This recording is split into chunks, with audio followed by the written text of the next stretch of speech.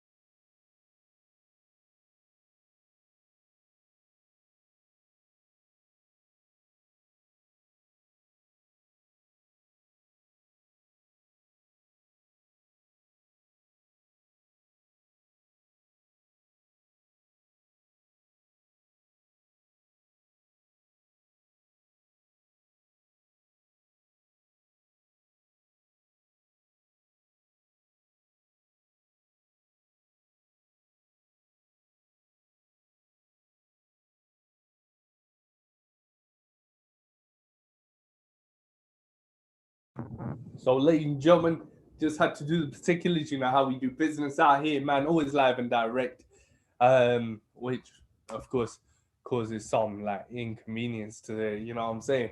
But, ladies and gentlemen, just to start show off tonight. Of course, thank you so much to everyone who's tuning in wherever you're tuning in from. Happy Eid Mubarak to all my Muslim viewers, and you know, of course, my condolences and my heart, my prayers, my deep prayers go out to um, those in Palestine and what's going on down there. It's crazy, folks. I don't want to reach deep into it because I know it's going to touch a lot of people's hearts.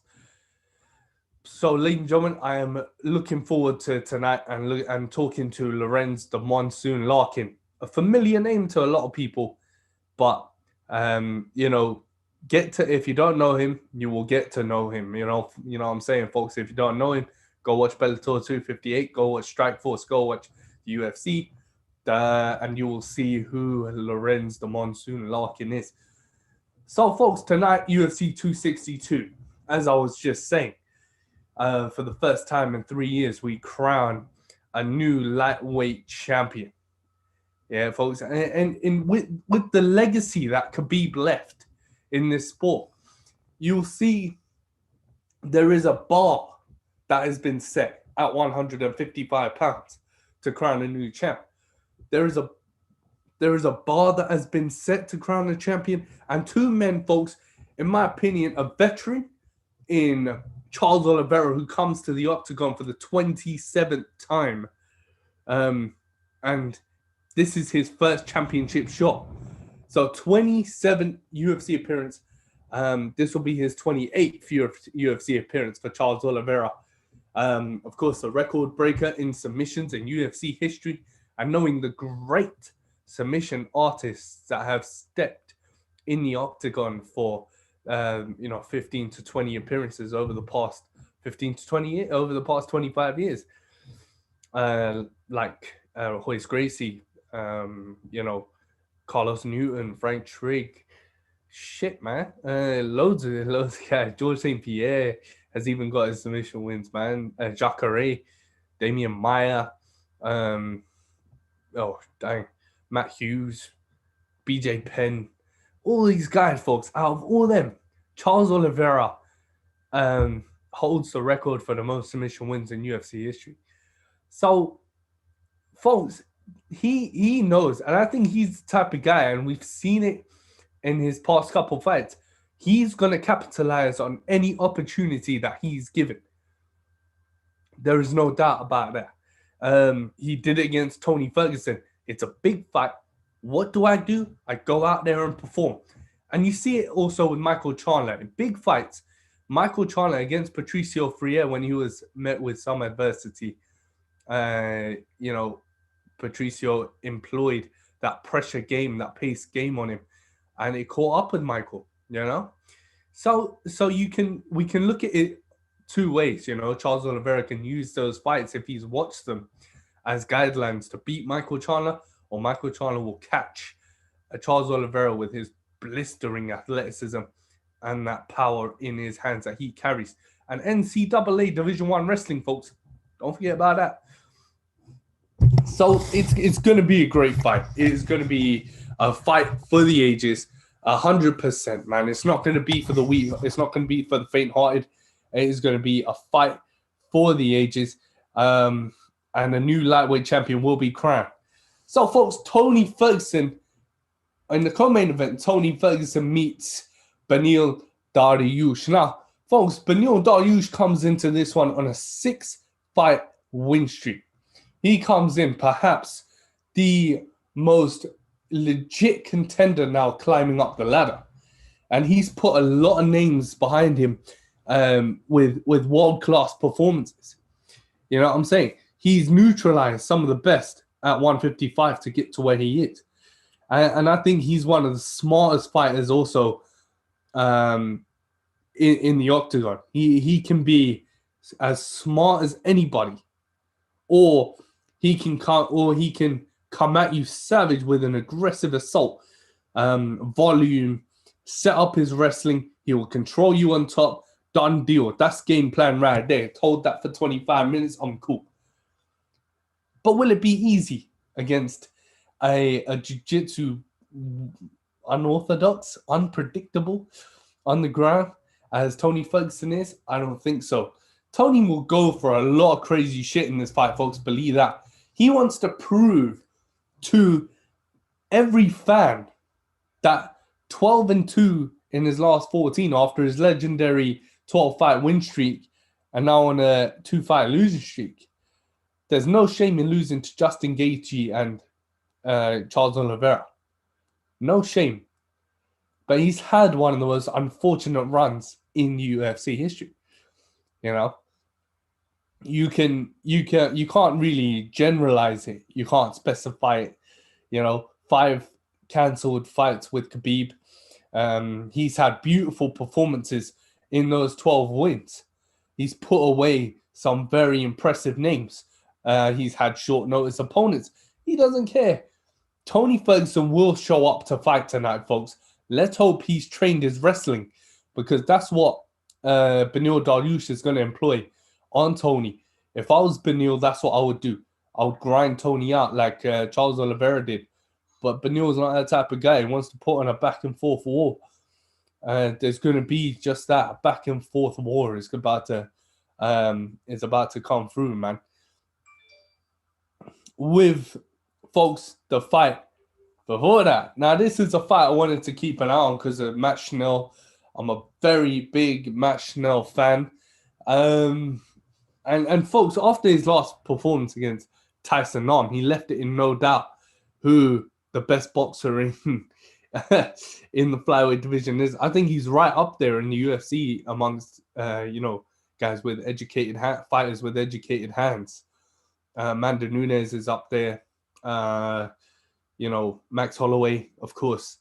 Rob Font, Cody Garbrandt. It's a very tough list of great boxers in the UFC right now. But I think Matt Schnell is one of the best flyweights in the world. Right, he is one of the best flyweights in the world right now. He's a guy who, I touched on this with Emmanuel as well. Like this type of fighter, like Shane Burgos, and like Charles Oliveira was early in his career, where there was that competition. There was a line between competition that he can beat and competition as it went up. he had trouble. Matt Schnell is tipping on the line of being one of those guys, but he has so much potential, and this is a big fight against Rogerio Bontorin. And this could be a striking matchup. Rogerio has vicious kicks, a great jiu-jitsu off his back, so it could be one of those matchups where Matt gets him down, Rogerio hooks in an armbar. You never know. You never know with this sport, folks. It's as real as it gets. That's why we always say, as real as it gets. Always live and direct, never unfiltered or unscripted, unless you've been paid about $2 million, $3 million to throw a fight. Yeah, folks. But yeah, folks, that's and we touched on Jacare Souza returning to the octagon tonight, folks, against Andre Muniz. Now, folks, Andre Muniz is a very talented young guy, 18-4 in his career. I think not 18-4, my bad. Yeah, folks. I think he's 18-4. We're gonna just have a look right now, innit? Yeah, but yeah, folks, I should actually know that. He's 20 wins with 4 losses, folks. I wasn't far off. But with Andre Muniz, folks, it's going to be a tough spot for Jacare Souza, and we will touch on this even with Lorenz Larkin, folks. How important it is to keep yourself in prime shape as careers go through. So folks, it's going to be a great fight. And if Jacare loses this, is this the time for him to call it a day in mixed martial arts? Is it that time? Who the hell knows? He's still, I don't want to say he's still young. He keeps himself in phenomenal shape. But we said it on the live, folks, is that, he's too old to go up. I think he's too small to go up to 205. And I don't think his age agrees with him if he chooses to move down. I don't think he can make 170 in his dreams. You know what I mean? So it could be do or die right here for Jacare Ronaldo Souza. So, folks, we are just about set in another 5 minutes to get down with Lorenz the Monsoon Larkin, folks. We're just going to fix up that connection and that, you know what I mean, make myself a little fresh. But folks, it's going to be a great night of fights tonight. I'm not going to spoil all the matchups for you because they're live and direct. If you want to view the details about every fighter on the card today, if you want to view why they're coming in, how they're coming into this night, how they're coming into their fights tonight, check out MMA Reloaded, man. The breakdown is live and direct to view on Instagram. That's why I do these breakdowns, folks. And so you guys can get the scoop firsthand from your boy right here, man. MMA Reloaded. Of course, folks, PFL returns also with 2021 MMA PFL 4. Yeah, folks, that's a hashtag to use if you're mentioning PFL in your stories. Hashtag 2021 MMA PFL 4. Now, folks, PFL has been sort of riddled with controversy. There's a lot of guys who have dropped out and a lot of guys who have sort of come in short notice. There have been alternates performing. There are now guys returning as the regular season is sort of winding down. There are a lot of guys returning to action, and who were scheduled to be in the 2021 season, dropped out, come back.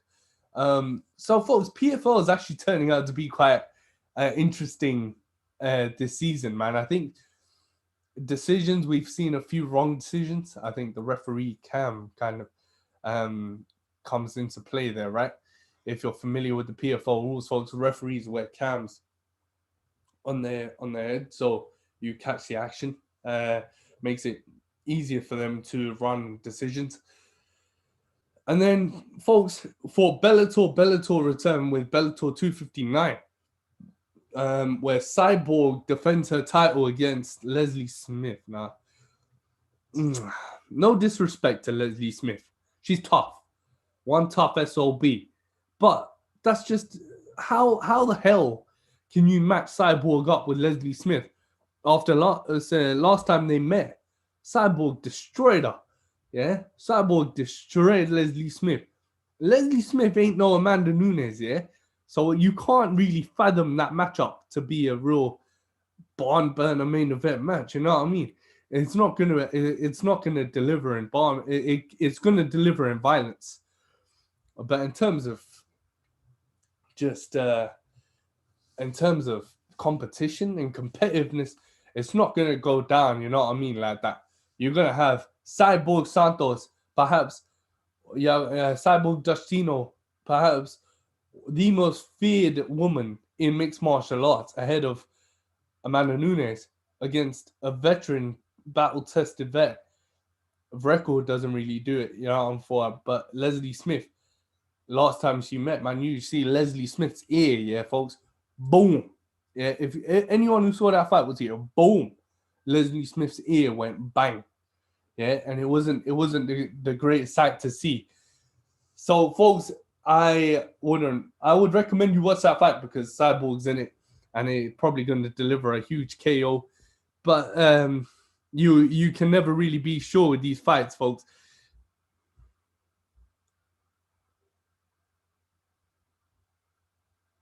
So, folks, we are just getting set, getting ready to throw down with the Monsoon. So, folks, and of course, one championship, folks, was today. If you missed it, folks, you can always watch it on the ONE FC app or check ONE FC's Instagram to check highlights of the fights, folks, and the winners. You can always check the ONE FC website. So, ONE FC, folks, is always delivers in terms of competition, always delivers in terms of intensity, hunger, that martial arts, that tradition, along and lights don't really provide the showmanship there, folks. Lights and spectators. Although I love watching Michael Chiavello and Mitch Chilson deliver the. Oh fuck, he's here.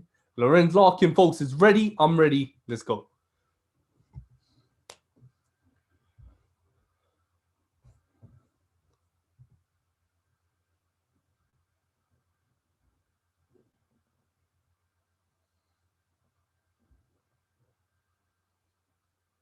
There he is.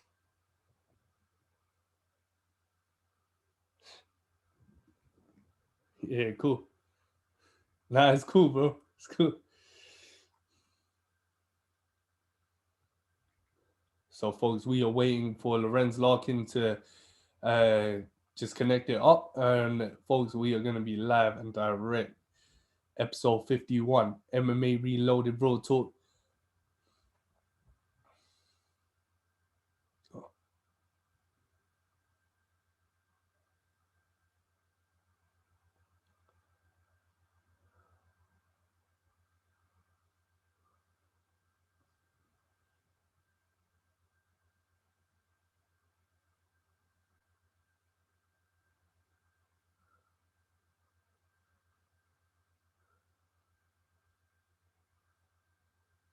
Dang. Monsoon's having trouble with his audio.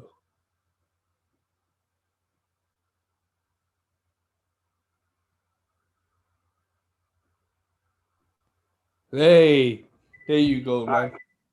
There it goes. What's that? All right, you can hear me now? Yeah, man. Perfect. Yeah.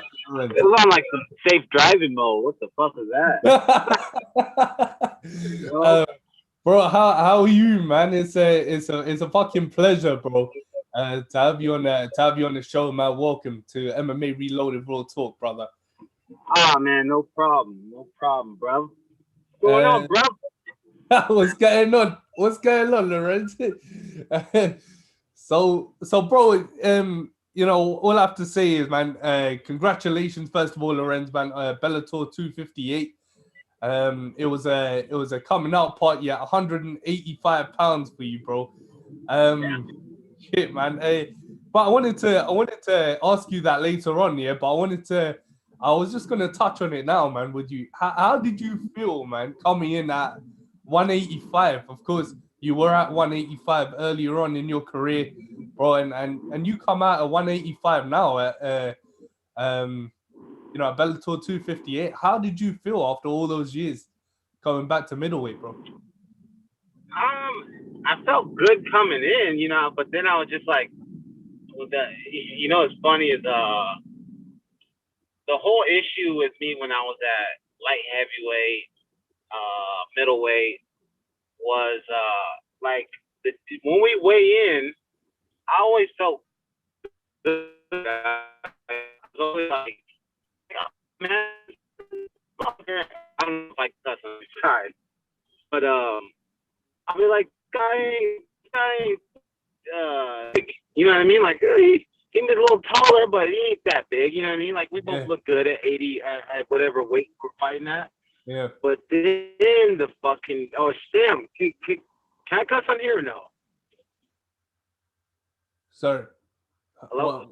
What did you say, Lorenz? Can I cuss? I keep fucking up. Yeah, go for it, bro. Okay. I was like, keep trying to decide. So anyway, long story short, like the day of the fight, I'll look at the guy, you know what I mean, and I'll be like, God damn, like that motherfucker's big. I put on some weight, but that dude put on a lot of fucking weight. Yeah, man. So this fight, it's funny because the same thing happened, like the weigh-ins. I seen pictures of him. That later on the weigh-in, I was like, okay, like he's not that big. He's kind of skinny legs, like I'm not worried about nothing. And then when I was just about to walk out, I seen him getting inside the cage. I seen his back. I was like, God damn, his back wasn't that big yesterday. What the fuck happened? Oh shit. But yeah, it just kind of back then how big they after. Sorry, bro. Lorenz, bro, you broke up for a second there, bro. Let me just. Oh shit up. Sorry, bro, Lorenz. Hey, could you repeat that for me, bro? You broke up there for a second, bro. Oh no, so it's pretty much just reminded me how.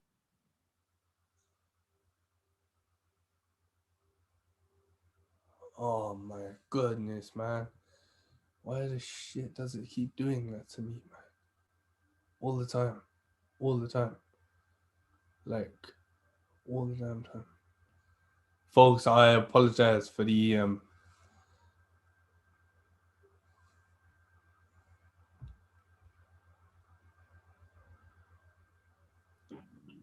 Hey, Lorenz. Can you hear me? Yeah, I can hear you now, bro. Better. It's better, man. That's better, yeah, bro. Sorry, no, but what I was saying was, I think you just reminded me of how big the guys get after the weigh-in. The fight day. It just reminded me, like when I seen Caballo go into the cage right before I was gonna walk out. I was like, damn, dude, his back, like his body is big. Yeah, I was like, he wasn't that big yesterday, man. But so, it's funny. But how much do you walk around at after weigh-ins, bro, on fight day if you're fighting when you're fighting at 185 at Bellator 258? How much were you walking around at, man, afterwards? I don't want to say what I walk around at, but I weighed in at 205 point something. 205. I did. Jesus. Yeah. Bro, I wanted to. So, Lorenz, bro, you're a veteran of this sport, bro. But for fans who don't know who Lorenz Larkin is, who the Monsoon is, bro, how did it start for you in MMA and combat sports, man? Well, I start boxing. Well, actually, I start doing karate first, and that shit got me my first ass whooping. So I tend not to talk about karate, but no, I started boxing when I was younger, off and on, and from there it kind of just I did boxing. I did some amateur boxing, but I wasn't tall enough for the weight I was at. You know, I was fighting like heavyweight. I was fighting like 200 plus, so Oh shit. I was too short. You know, versus like a true boxing heavyweight. You know, true boxing heavyweights are like 6'3", 6'4" on up. You know, so. Yeah. It's just I start trickling into kickboxing, and then from there went to little jiu-jitsu, and it kind of just organically turned into MMA. You know. So when you transitioned to MMA, having that background, striking background, bro, was it difficult for you to round out your skills and get used to the grappling and learn how to use that striking base inside a cage?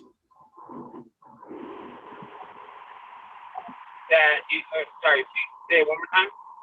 So Bob, coming from kickboxing and striking background, yeah, bro, was it difficult to transition into that full MMA game and sort of pick up the grappling and that timing that you would be facing inside a cage? Yeah, you know, like the boxing helped me with the kickboxing. Yeah. And it helped me a lot, and it helped me with like even my takedown defense. You know what I mean? Because like for a big part of my career, you know, it was like that's what I was like relying on was my takedown defense, and it was able to give me like the footwork that I kind of grew into, you know, by having the boxing, you know, and then mixing that in with the kickboxing. So you know, it helped me out a lot. You know what I mean? But now, you know, going more and more into MMA, and the more years that go by, you know, I've got more into jiu-jitsu and things like that. But you know, for sure, like boxing and kickboxing has helped me out a lot. You know, but more I would say more so on the boxing side because I was able to translate it into MMA. You know, and really make it work. Yeah. So when you talk about like your size, that you weren't at the size you wanted to be for boxing, bro, you used to fight at 205 pounds, man. At your size, it was crazy, right? Strike Force and even at middleweight as well, bro. And how do you feel? So when a fighter does make a decision to go up and down a weight class, Lorenz, what are some of the points that go into that division move? So what goes through a fighter's head when he moves up or moves down a weight? I guess it all depends on the person. Like for instance, when I fought amateur, like I was fighting heavyweight. And, no way. I know. Shit. Crazy. I know. Like you know, what's funny is like an amateur, one of my amateur fights, dude, I fought Walt Harris out of the UFC. Oh no. So yeah, it's crazy, you know. Like now, look, I'm like, what the fuck? Like I would never fight that dude. But yeah, so I think it's just one of those things where, to me, it's like you gotta have the height, man. Like if you are a fighter and you're thinking about moving up a weight class, like you gotta. To me, like the big difference is height. You know what I mean? And like, if you have the height to be in that weight class, like, do it. You know, if you have the size behind you too, though. You know what I mean? It's all about the size and weight. Bro, you look big, going at 185 pounds, man. You look massive. Like when I see you fight, usually, bro, I see like you're a lean guy. Yeah, you carry a lean physique, yeah, bro. And then at 185, I see a Lorenz Larkin on steroids, yeah, bro. I was on bro. What goes into that change? What did you change in terms of your nutrition, and did you change anything in training camp? Because of the division move, bro. We did a lot more like strength training, just things like that, and it was pretty good, you know. That's most likely it. Strength training and just a lot of conditioning, working with the bigger guys. Yeah.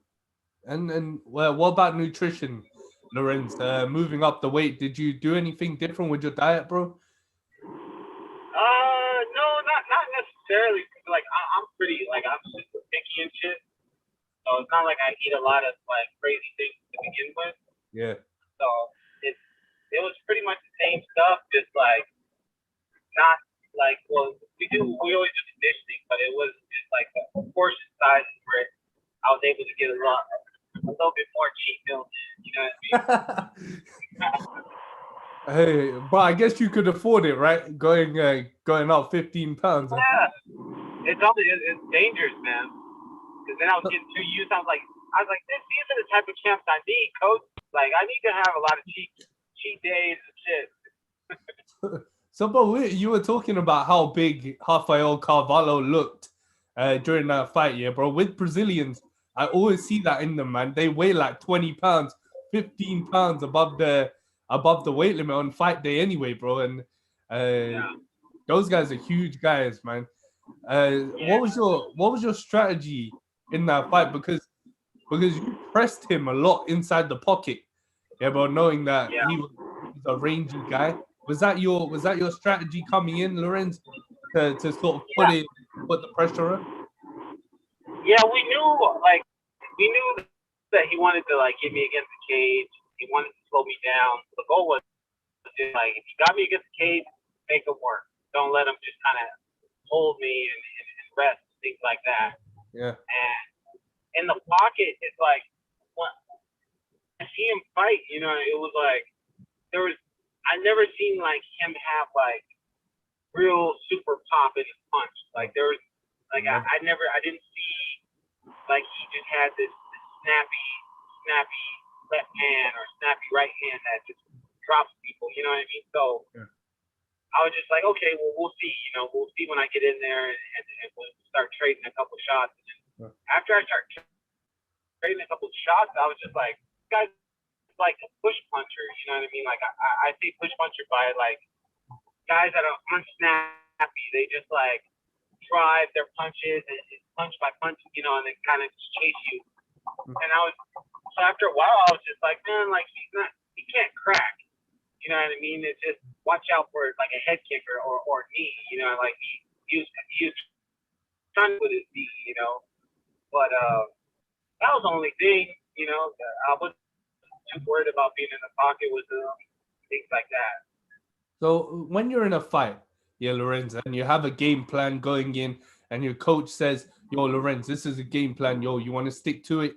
It's up to you.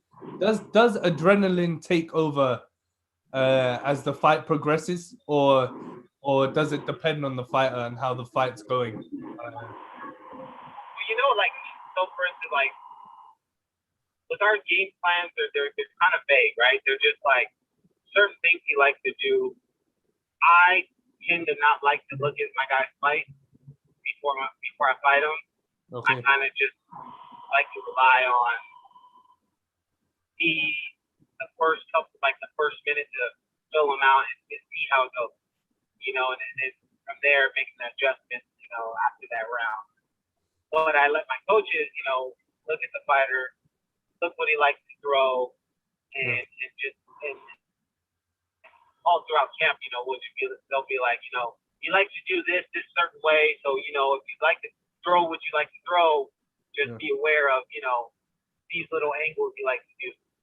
But I've gone into camp, or I've gone into fights where I had like a set game plan, and the shit didn't go nowhere near what the game plan is.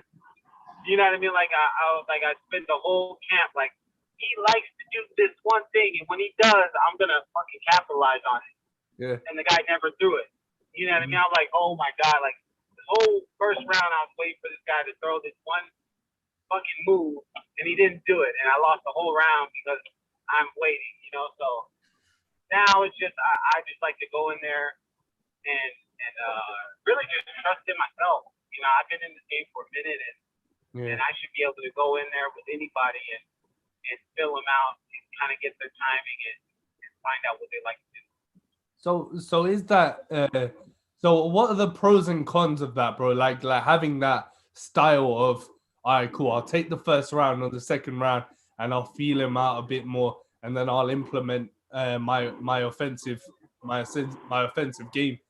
What can be some of the cons of having that style? Well, if you're waiting around the whole first round, you know what I mean, more than likely you're gonna lose that round. Yeah. So, you know, like I'll come out there and I'll be very active, but by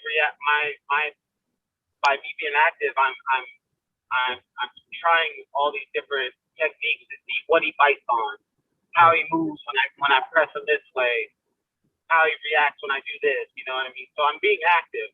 Like, he can't just go out there and move around for 4.5 minutes and not throw shit. You know, trying to just wait for him to do something, and then that whole round's gone. You lost that round. So now it's just like you have to win 2 and 3. So I just go in there right off the bat, try to move around, see what he's doing, be active, throw some punches, you know, see how he reacts to it, and just trust in my body that we'll react when we need to react off a certain movement. Yeah, man. I mean, you know, if we talk about your career, man, one of the most interesting things that actually popped out to a lot of fans was your move to Bellator, man. And it's been 4 years now since you joined the Bellator ranks. How you know, what did go through your mind when you decided to make the jump? What was some of the factors that went through, man? Well, my whole thing is like I base my whole life off of respect and no regret, right? Yeah. So whatever I do, like I'm gonna do, so I never look back and be like, that's my worst fear, right? My worst fear is like being that person that like, say a guy was really good at football and he just stopped because he was bored of it or something like that. And then that guy, he's fucking old now, and he's like, I wonder what would have happened if I would have just stayed serious with football. You know what I mean? I wonder that's the type of shit, like, that's scary, you know what I mean? Because that drives people to do crazy shit, you know, because they don't know, you know what I mean? Or if you've seen a fucking guy that you used to play sports with and you were always better than, and you stopped and he kept going and now he's in the fucking playing professional, you know what I mean? You're like, God damn, like, I was better than him, you know what I mean? And now he's fucking pro, making millions of dollars, and I'm sitting here, you know, and so that's always how I model my life. So to bring it back to what we're talking about is like, yeah, I don't ask for a lot, you know what I mean? And when as far as when it comes to business and when it comes to business, I always think it's shit both ways, you know, and that's why I'm able to make my case to myself, because I'm not a dumb fighter that's going to be like, look, UFC, you need to fucking pay me this crazy amount of dollars because of this, because I fucking deserve it, right? Because then now you're just thinking of it from your side. But in this whole fight game, or in any game, it's both sides. It's the business, like their business and your business side. So, you know, when it was time for me to renew my contract, I told them, you know, I'm not looking for a crazy number, but these are the guys in the rankings that I'm with. You know what I mean? And this is what I should be getting paid. This is what they're getting paid. This is what I should be getting paid. I'm not asking for no fucking McGregor money. Just if these are guys that's all in my group, I should be getting paid up there with them. You know what I mean? And they were like, to me, well, it's not even to me. It's in general. When a organization lets you fight out your contract, that's a fuck you, right? So that's a fuck you. That's what that means. You know what I mean? I don't care what they try to word it like. Oh shit. In a sense, it's a fuck you. Hopefully you lose, and they'll get you on the back end if they want to resign you for a lower amount of dollars, or you lose and you go out on the free market and now you're worth nothing. You know what I mean? And that's the reality, you know. And so when they said that you know, all right, we'll let you fight out your last fight, I was just like, oh, like, okay, cool. Like, you haven't said nothing but a word. Like, fuck it, okay. So then I fought Magni, and that happened. Yeah. And then they tried to start talking about some type of numbers. And I was like, no, like, fuck that. Like, I'm going free agent. Like, I'm going to see now. Because you had the opportunity to you know, make something happen, and you guys didn't want to. But it just, man, it doesn't frustrate me because I don't care, because it was the best thing for my career. But I just feel like a lot of guys with that promotion, you know, it's just like they're so wrapped up with the name to say, hey, I'm a blah blah blah fighter. Yeah. You know what I mean? It's not even about the money, you know, but in reality, none of the organizations give a shit about you, man. You might be friends, you know what I mean? Like, don't get me wrong, like, I'm cool with Scott Coker. Yeah. But at the end of the day, it's gonna be business on his end. Like, if I do something that I'm not worth nothing, he's gonna have to let me go. And I'm business savvy enough to know that and be like, oh, hey, it's a part of the game. Yeah. So these guys think that, like, these promotions, like, have like a sentimental connection with them. They don't. They will drop your ass with no hesitation. And so it's all about money. So when you fight, that's why I hate when guys say, I don't fight for the money. Like, I fight because I love this. You know, I love it. Okay, if that's the case, fight me and give me your purse. Give me all the money. They're not gonna fucking do and that. Fight for the love. Go ahead. That, bro. It's like, all right, cool, Lorenz, bro. You hit the nail on the head, bro. It's because we've seen it so many times where, you know, guys have fought out their last fight on the contract, and the UFC have said, you know what, go. Even a lot of promotions do that. Even, man, not just the UFC. Like, everyone, like you said, it's all about business on their end. And for the fighter, it's like, all right, cool. You know, do I deserve it or don't I deserve it to get cut? Of course, they're gonna say, all right, cool, I'm gonna fight on my contract, but hopefully I get something else. You know, So when we talk about fighters pay, yeah, bro, and you see guys in the top 15 or in the top 5 of their rankings say to their promoter, you know what, bro, I want this and this much of a raise in my contract. Is there some justification to that because of who they are and their name in that promotion? Is there justification of them asking for a raise? Yeah. Is that what you're saying? Yeah. I mean, if they're doing, like, okay, so to me, is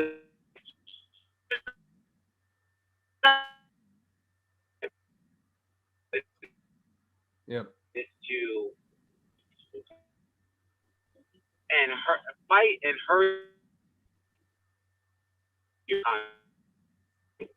because at the end of the day, you're stuck in the contract. If you're in a 4-fight contract, you're gonna fight 3 times, and then on that 4th fight, that's gonna be the new fight on your new contract. So on a 4-fight contract, you're never gonna fight 4 times. You're always gonna, after your 3rd fight, once you get another fight, you're gonna go into contract negotiation to do a new 4-fight contract. And then, so really a 4-fight contract is a 3-fight contract, because of the 4th one is going to be the first one on your new contract, if that makes sense. Okay, yeah, it makes sense. Okay, so the whole goal is to just fight. renew them contracts, because those are the things that's going to boost up, the money on those contracts. So, yeah. So that's to me, that's the name of the game. Just fight, hurry up and fight. You get those W's behind you and you renew. You know what I mean? The guys who just fight one time a year, maybe 2 times a year, like those contracts take longer. You know what I mean? But if you're active and you're able to get those contracts out of the way and get to the new one, that's when you can start really seeing some money.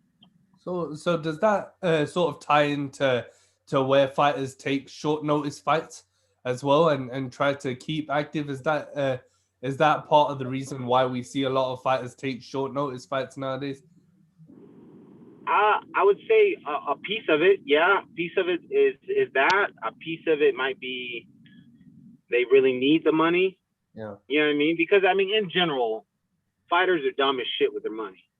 Like, fucking, there's probably 70%, like 70%, if not 75%, fucking fighters are idiots. And they don't know what to do with their money, and they spend it, and they don't pay the taxes, and yeah.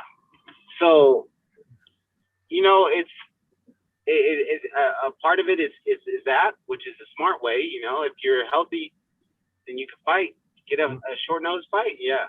But then on the other hand, a lot of these fighters are hurting, for money, and they just take it just to, take the payday. But that's gonna fuck up your record, because you're gonna come into a short notice fight and you're gonna say, "Bro, all right, cool. I ain't trained for the fight, yeah, but I'm still gonna go in there and lose and still get paid whatever." It's gonna sort of tarnish all that what you've worked up for. You know what I'm saying? You know what I mean, Lorenz? But we see a lot of new guys come in and take these short notice fights now in the UFC and that Bellator, and that PFL. Why do you think that is? And why do you think we've seen a lot more guys from outside that promotion come in and say, "Hey, you know what, bro? I'll step up and I'll do that, bro." Is it just a rush to evolve their career, or that's outside of the promotion that you're saying that just gets into the promotion? Yeah. Like on a short notice. Yeah, like sometimes that's a fighter's shot. You know what I mean? Like when I got into my first, the show, like the big show, it was Strike Force, and I took it on the short notice fight. But like that was my chance. You know what I mean? At the time, what's his name? I don't know if you Santashi Ishii. Okay. He's okay. So it's like a big tornado or not tsunami, something like that, in Japan or something like that. Yeah, and he couldn't make it over.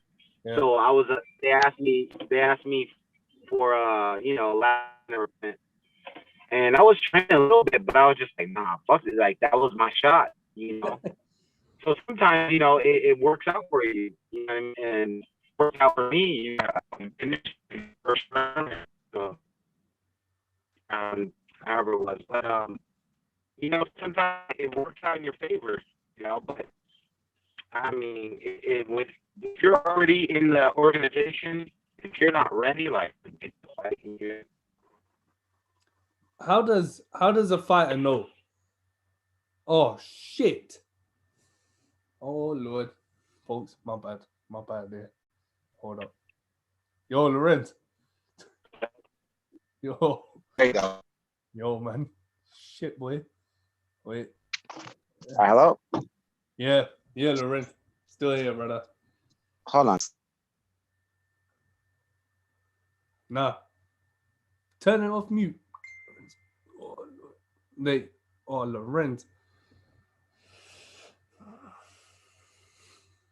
Folks. Oh, shit.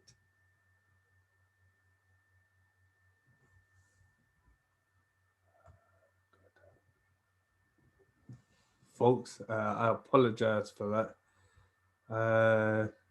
Let's just get back in touch with Lorenz Larkin. 1 second.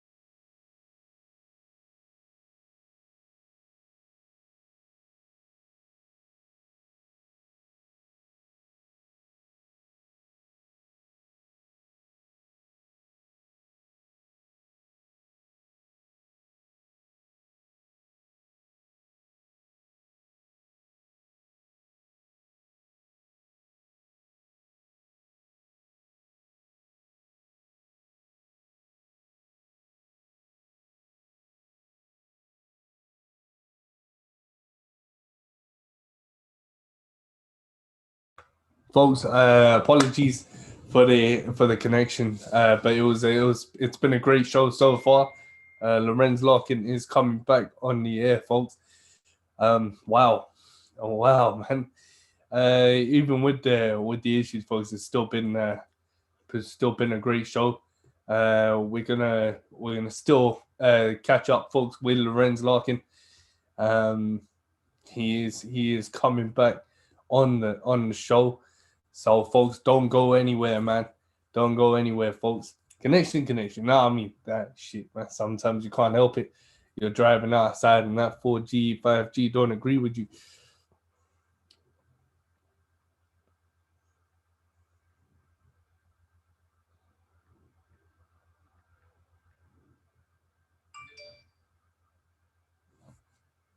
So it's going to just hang on tight, folks, for Lorenz Larkin to come back through on the show.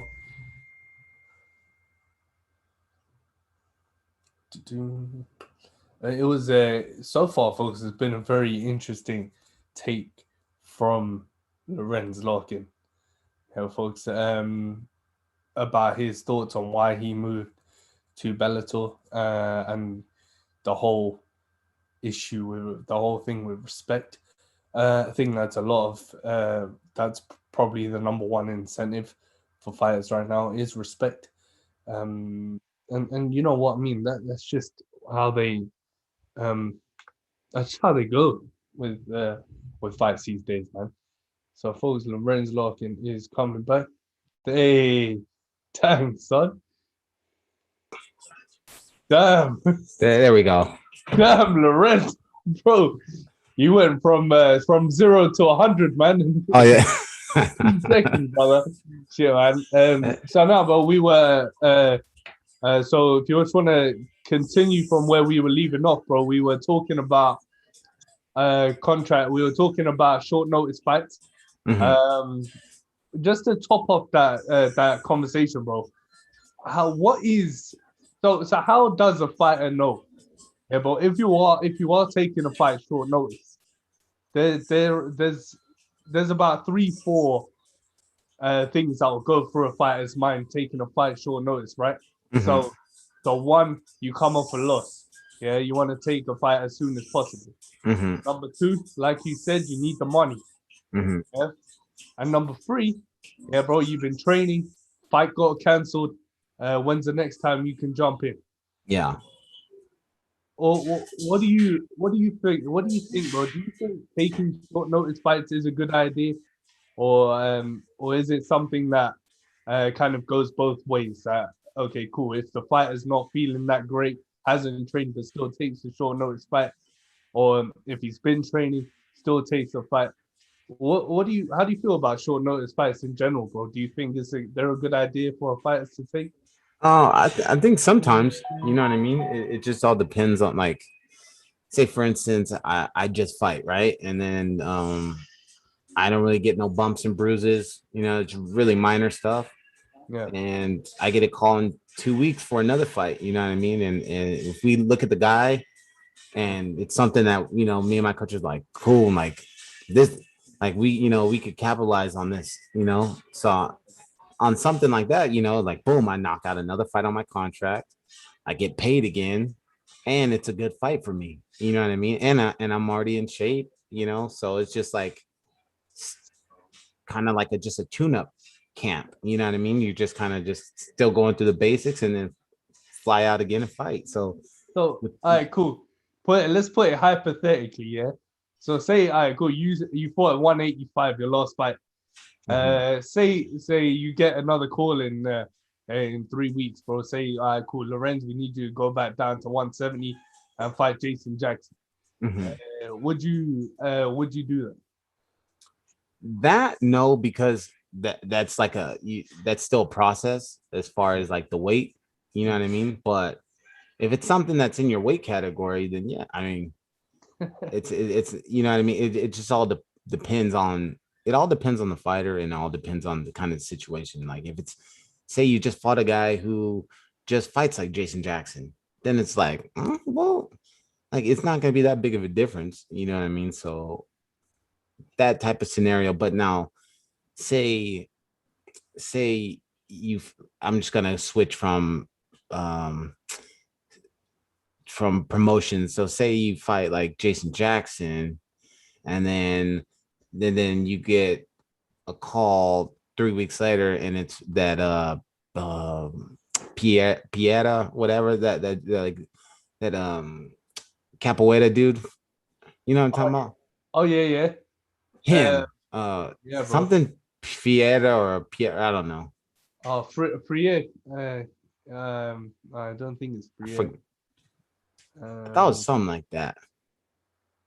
I think so. I know who you're talking about. Though. Yeah, but he does all the crazy jumping backflips, but then you're getting a short notice fight for that. You're gonna be like, hell no, like that's totally different fighter. You know what I mean? That's something like you need a whole camp for, you know? Yeah. So yeah, it all depends. So when we talk, so just going back to, we'll touch on training and weight a bit later on, bro, because I'm interested to get more views from you on that. But when we talk about your move to Bellator, of course, your first Bellator fight was for the welterweight championship. I mean, shit, bro. I was like, I was so interested to see you in a championship fight, because I was following you for a long time, and I was like, shit, man, Lorenz Larkin moves to Bellator fight. What's the fucking first move? How was that experience for you to move to Bellator and get a championship fight off the bat, bro? It was good, you know. I was able to, you know, just go after it, you know, and go against Lima, you know, which is like, he's legit, you know what I mean? Like I got nothing bad to say about the dude. He's a legit fighter, and it was good, you know. The first fight, Madison, I couldn't complain. You know what I mean? Like the first fight, Madison Square Garden, like, you know, it was good. The whole transition, how, you know, was good. You know, the whole move was really good. How was that, bro? MSG, shit, man. Let's go add like icing on the cake for you, bro. Yeah, I know, it was pretty cool. And you know, we weighed in on the scale that Foreman and Ali fought on. The same scale they weighed in on. It was pretty cool. Wow, man. Yeah, it was pretty dope. And then as we go on, I just wanted to as I move on, bro, because I want to talk about your Strikeforce days and fighting at light heavyweight and heavyweight, bro. So when you look at that welterweight rankings right now, and you look at Bellator and you look at the UFC, how would you compare the two, Lorenzo, in terms of competitiveness, in terms of the atmosphere, in terms of the environment? How would you compare fighting at Bellator to fighting in UFC? Can you hear me? Good? Yeah. Okay. So it's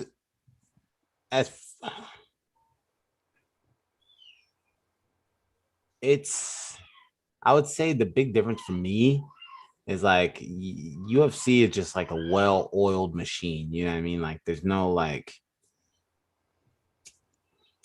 it's just so many moving parts, you know what I mean, in their own like groups, that is just like, it's just a production line, you know what I mean, that never stops. Just like same thing is gonna, you know what I mean, and it was fun, you know what I mean. The atmosphere is good. And it's just when I Bellator, it's not so much like a crazy machine like UFC is, but the staff, it's more homier feel. You know what I mean? You're not kind of running into people that you never met before, and you're always seeing the same people. You're always dealing with the same people. With the UFC, it was sometimes like I fought and I was like, I don't know who the hell these people are. You know what I mean? And I've been in at the time. It was like I was like, damn, dude, I've been fighting in here for like 3 years now. I've never seen you. Like, it'd be like a whole group. There's like a whole different group. So it has pros and cons. Like I feel like Bellator, it's more approachable. I could approach Coker and with no thing in my mind, like, oh, I'm talking. You know what I mean? It's more laxed. Yeah. At Strikeforce, bro, were you fighting under Scott Coker? Because you came into Strikeforce in 2011, bro, and it was 2 years before Strikeforce went default. Were you fighting under Scott Coker at the time? Yeah. So my first fight in Strikeforce was the first fight that Zuffa took over. Oh shit! So it's still under Scott. So Coker was still like in charge of everything, but the staff was like there's a bunch of like integrated staff between the old Strikeforce staff and then the new. It kind of looked like a hostile takeover. To tell you the truth, like it was pretty crazy. But do you think Scott Coker is trying to implement some of his sort of strategy from Strikeforce into Bellator in terms of how it's run? Do you see some similarities into the atmosphere there? Yeah, like I feel like so. It just like I couldn't describe it more than it's real homey. You feel just real comfortable. It's if I need something, I know exactly who to talk to. Okay. You know what I mean? Like whatever different scenario that I need, I know, okay, this person, I gotta talk to her. It's not like a crazy list of people, you know what I mean? And with UFC, it's like it just depends. You're like, all right, yeah, I gotta talk to about my banner. You're like, okay, well, you gotta pick this person to this, Oh shit. So it's just I mean, it's a good thing and a bad thing, you know what I mean? Wow. Yeah, man. And then when we talk about your Strikeforce career, bro, you spent most of it light heavyweight, bro. Mhm. And I was thinking, all right, cool. Lorenz only early in his career, yeah. Mhm. How the hell he fighting a light heavyweight, bro? Was that your sort of plan to fight at LHW coming into Strikeforce, bro? What was I was like, yeah, when I was an amateur, I was heavyweight. So I was just like, like when I go pro, I'm gonna cut down light heavyweight. And then it just kept going. I was just being naive because my coaches for a long time were like, no, you need to fight lower. I'm like, for what? Like, I'm winning. For what? I was just being lazy. How did you feel, bro, at light heavyweight, man? How was that? Of course, that we were just talking about nutrition, bro. That shit's gonna fuck your nutrition up. Oh, dude, I was like, when I was making weight at light heavyweight, I would be like, I'd be like, all right, I'm gonna eat fast food for whatever, and then 3 weeks, 2.5 weeks before the weigh-in, I'll be like, all right, I gotta eat a couple salads. Oh shit. I gotta eat a couple salads and then I'll make weight. I'll be all right. I'm not gonna ask you, but while you're walking around that light heavyweight, man, after the fight. Yeah, I was living my life. Yeah, boy. So when did the decision sort of kick in to move to welterweight? Was it when you entered the UFC or did you sort of So it was like it was in the UFC and same thing, like I was weighing in with these guys and And the next day, we'll get on, like they used to just have the buses outside of the hotel or whatever to take us to the venue. Yeah. And I'll just look, because you'll see your opponent, the bus, it'll be like bus and bus, so I'll see my opponent, I'll be like, God damn, dude, what the fuck did he get that size from? I'm putting it back on, but I ain't putting it back on like that. I'm just like, damn, and probably back then too, the guys were doing IVs, you know what I mean? So they're just packing it back on. I was like, dude, I don't understand. So with the 85 and 205, like I had to fight a perfect game. Yeah. Like that's what it's just starting to become. It was just like, I have to fight these guys perfect to pull out the W. Because you guys, they're just too big. Like I'm hitting these guys, but they're just too big. So I assume welterweight was the right decision after all, bro. Yeah, exactly. So we were talking about weight before, bro, and I wanted to just cap off that topic because how important is, bro? Of course, I might sound like a fucking idiot, but how important is weight and weight cutting in training camp, in camp, and to a fighter overall, bro? Yeah, it's sort of what it's like 90% of the game, bro, because it's mental. Oh yeah. Mental as well as your physical well-being. Yeah, everybody does understand, man. Like, weight cutting is the absolute worst thing, like, that a fighter goes through. Like, there's no fight that's like weight cutting. Like, out of all the things I've done in my life, like, I've never seen so many grown men throughout my life, like, just cry and just be so down on themselves. You know what I mean? Like it's crazy. Like, I've seen like popular guys be like just dying and whining and crying, and I understand, you know what I mean? Because it's like death. You literally feel like death. Like, there's no other way around it. You just feel the weakest. You feel like you can't do anything. You feel like you can't protect yourself. Like, it's crazy.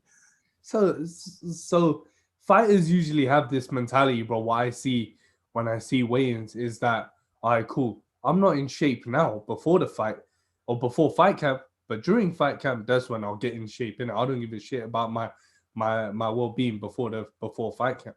I'm just gonna do it when fight camp starts. Yeah, it doesn't. Is that important? So before training camp, to keep yourself in shape, so your weight cut goes a lot smoother. Yeah, because it just, that ties in with everything. It ties in with your fatigue and everything. If you come in and or just even like, I would say, if you're on your off season, if you're staying somewhat in shape, you're still training and things like that, by the time you get back in the camp, it's easy to kind of tune that up and shed off the little pounds that you have and get back in shape. But when you're just not doing anything and then you get a fight and then you go back in camp, the first 4 weeks, you know what I mean, are hell, because your body's going through a shock. It's depriving off of, because you're doing like low calories and you're working out however many times a day, and then you're sparring, and then you're sparring or you're training with guys that are going full bore at you. Then your body feels weak, and then those are the type of things where you get injuries, you know what I mean? Because you're tired, your body's tired, you get slammed or something, or you just tired. Like, the scary thing is like to train when you're tired, because that's always when like the worst accidents happen, Yeah. But yeah. And then when we talk about weight, we talk, and that goes hand in hand with the gym that you train at. Right, bro? And I love to touch on gyms and training camps when I'm with my guests, is because, bro, how important is having that right gym in your corner, and training with the right gym, bro. you know, during your camp. How important is that, Lorenz, to be able to feel comfortable training at the gym you're training at, so you can focus on cutting and your camp? No, it's everything. It's it'll be like anything. Like if you went to a new school, it's gonna feel uncomfortable as shit if you don't know anybody. So it's to me it's everything. Like I gotta have my gym. We might venture off and my coach might go with me to another gym, but for the most part, I'm always at my gym training with the guys and things like that. And do you think gym loyalty is important? Like if you, how do you feel when guys do jump from gym to gym to gym? And to me, I don't think it's the greatest, because if you stick with one gym, that coach knows you better than anybody. Yeah. Is that how you do you have that sort of mindset as well, bro? Is that why you stick with your coach? Yeah, for sure. Like it all depends, right? When fighters just try to chase like a big gym just because to me it's not necessarily the coach that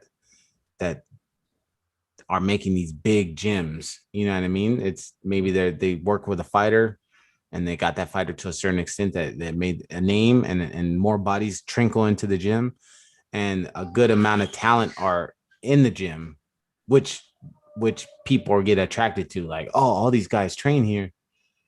So it's not so much always on the coach itself. You know what I mean? Not all coaches are the best that have big gyms. You know what I mean? But it all depends. Like this.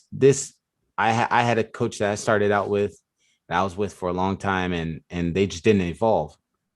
You know what I mean? They weren't learning new things. They weren't keeping up with the game, and I had to leave. You know what I mean? And that's when I left him to my gym right now. Okay. So my thing is, if your coach has got you to a certain level and you're competing at the top of the top of the game, if they're still learning, if they're learning, being a student of the game and coming up with new things and being on top of stuff, you don't leave that guy. You know what I mean? That guy's been there. So that's the only thing. Some guys just plateau and they just can't show you nothing else. You know what I mean? So then, even if that person, really cares about you, they're gonna push you to kind of go to somewhere else. You know what I mean? That can really grow you. 100%. And I guess we see now with a lot of guys sticking with the same camp. But you see Mike Perry, who has no gym, and he's just joining one now. But I mean, does it just depend on the fighter, like their personality, because some fighters are picky like that, and some guys are just like, they're picky, they're cheap. Yeah, I mean, like they want to do things the cheap way. Sometimes they don't want to pay a gym, they don't want to pay a coach. They want to keep that percentage. You know what I mean? And or sometimes they don't want to pay a manager. They just want to deal with the promotion by themselves and not pay. You know what I mean? So it all depends. But sometimes guys are try to be cheap about things, and that's most of the time why they don't have coaches or a home gym or things that just go freelance. But at this game, you can't freelance. You know what I mean? Like there's too many guys fighting these days. You know what I mean? So you just become that freelance guy. It's like enough people are going to get their eyes on you, and you're going to fight a guy that one of those guys know. Yeah, man. I mean, that's just how the game works, right? But I mean, it's up to the fighter at the end of the day. Mm-hmm. You want to be stupid or you want to be smart. Yeah. And just to cap off, bro, my last couple of questions to you, bro. Number one is a bit of a recreational thing. I mean, we know Lorenz Larkin inside the cage, bro, but outside the cage, what does the Monsoon do to relax, bro, outside the fence? Shit. I don't know. Off-road, the stocks, trading. Yeah. Well training. Damn, man. Shout And out to all my AMC gorillas and apes out there. oh, that AMC. Oh yeah. AMC, GME, yeah. Dang, man. Lorenz Larkin on the hype. Um, and who are some of your inspirations coming into MMA and combat sports, man? Who inspired you to make that move?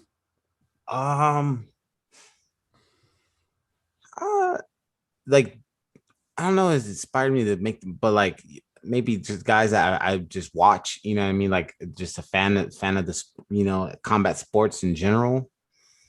Like I grew up Tyson, Tua, Come on.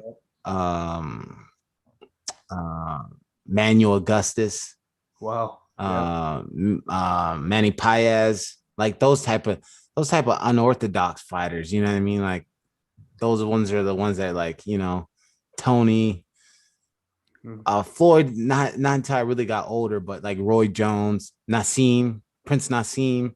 Yes. You know what I mean? Yes. Like Prince Nazim. yeah. Yeah, boy. Shit. Man, That's my so guy. yeah, so those are the things that like me growing up, like I was watching, like, dude, like these guys they're out of the box, you know what I mean? And that's always what really struck me, you know what I mean? And then just watching, like Silva and like watch Pride, but I wasn't really like pretty much just like Silva and trying to think of other. Lorenz, bro. Sorry, man. Sorry. No. I'm so sorry to stop you, bro. But when you say Anderson Silva, and then now Anderson Silva is announced his retirement, yeah, bro, officially from MMA. And in my opinion, I said this one time before, that he redefines what an idol and a role model should be in terms of style. Because if you look at half the fighters in MMA right now, they idolize and push their style after Anderson Silva. Is there anything? How do you feel about Anderson Silva? What's your thoughts about Anderson Silva as a fighter and as a human being? We got to see a lot of him outside the cage too. Yeah, no, I thought he was great, man. Any type of interactions I had with him, he was always cool. The only thing with him is it's not even him, just him and a couple other fighters. It's just they let MMA retire them. You know what I mean? And they didn't like I know that like that's a fear for me. You know what I mean? Like when I go out, I want to go out being like, all right, like I'm fighting 2 more times and that's it. Like that's it. Like I'm done. I'm content with it.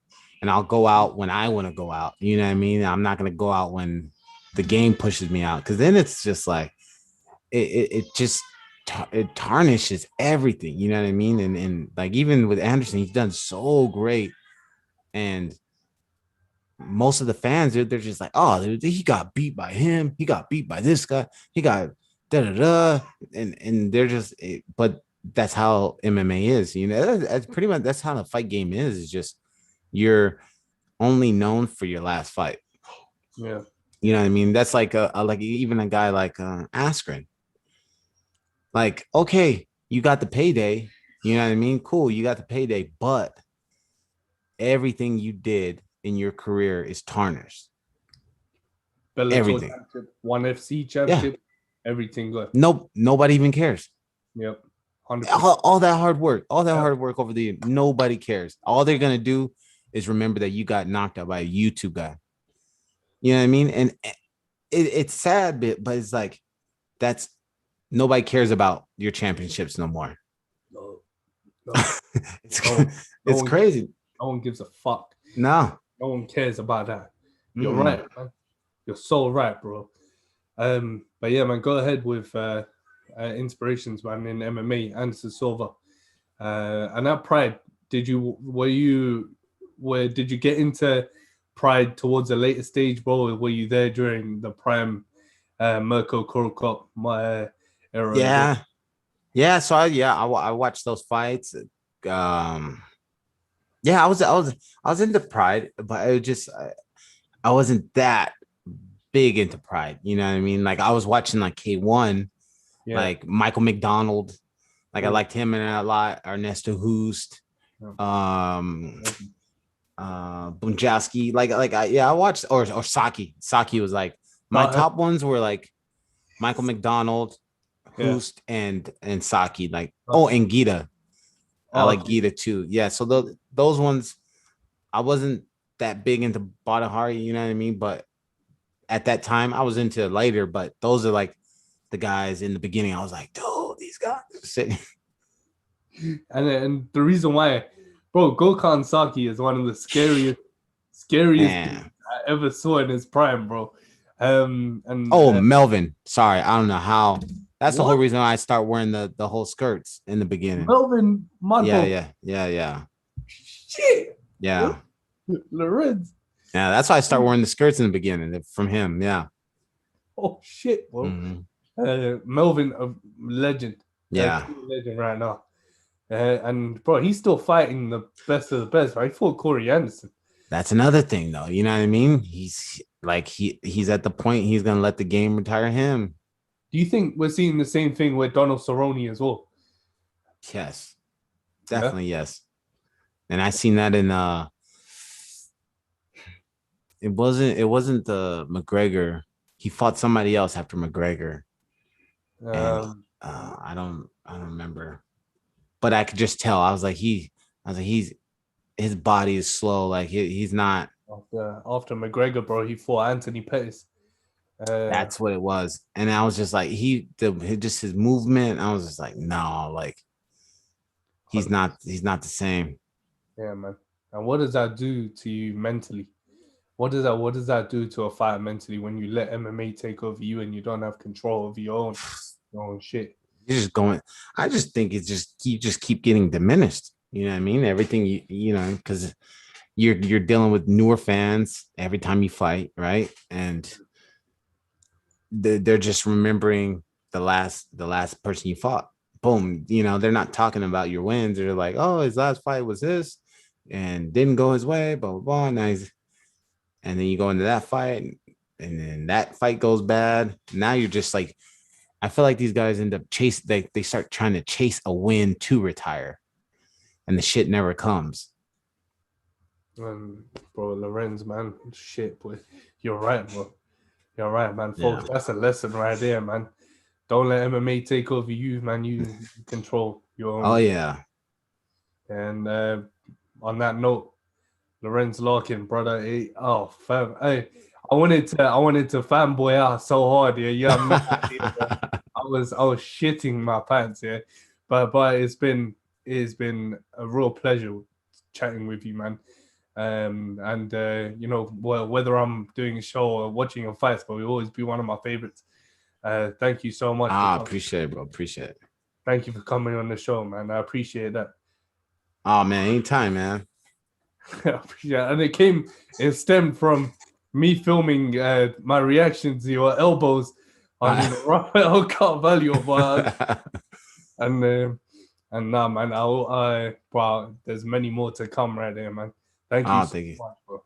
Thanks, bro. Appreciate it. I appreciate that, man. You have a good day, man. And, enjoy the fights if you're gonna watch them out tonight. All right, take care. Take care, bro. Thank you.